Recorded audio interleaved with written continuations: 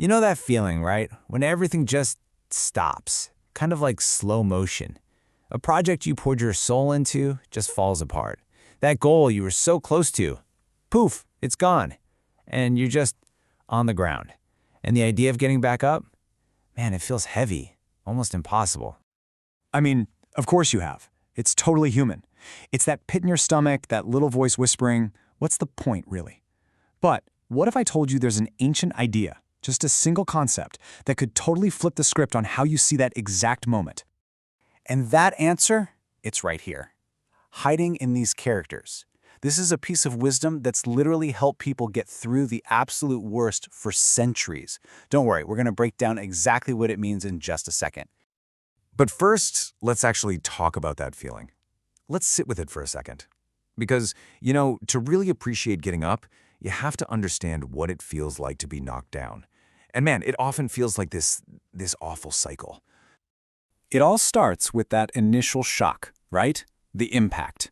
That one sharp moment where your stomach just drops and you realize, nope, it didn't work. And then comes nothing. Just this stillness. You feel completely stuck, like you're trapped and there's just no way out. And maybe, just maybe, the absolute worst part is when it happens again and you're just exhausted. It's that deep, heavy sigh of, seriously? Again? But what if that cycle, that very loop of falling down, is where the secret actually is? Okay, so let's get back to those characters from before. The answer we've been looking for is locked inside them. It's an old Japanese proverb, and trust me, it's a total game changer for how you think about failure.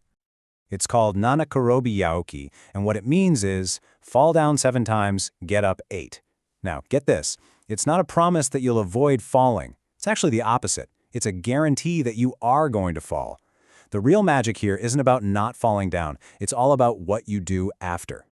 And you see, this is so much more than just a clever phrase. It's a whole philosophy. First off, it's about just accepting that, yeah, falling down is going to happen. It's inevitable. It's also about choosing persistence over perfection every single time. And most importantly, it shifts your entire focus away from the failure and onto the recovery. That's the core of resilience, right there. Okay, so this brings us to the absolute core of the whole thing. Because when you actually stop and look at the numbers here, 7 falls, 8 stands, that's where you find the most powerful piece of the puzzle. So, let's break it down. Think about it like this. Those 7 falls, that's all in the past. It's the history, the setbacks, the struggle. You can't change it. But the 8 stands, that's your future. That's your comeback story. That right there is where all your power lies. It's such a simple shift in focus, but it changes everything. So yeah, 7, that's the number of failures. But 8 is the number of wins. It's always one more than the number of times you got knocked down. And you know what that means? It means you ended the fight standing. And this is the part you really need to hear. Nobody, and I mean nobody, is counting your falls. They only remember that you got back up. That 8th time, that's the proof. That's the proof that the falls didn't beat you. It's the only one that actually counts. So when you boil it all down, what's the big takeaway here? It's that your story, it's not defined by those moments you spend on the ground. Not at all. It is defined, completely and totally, by that single decision to get up just one more time.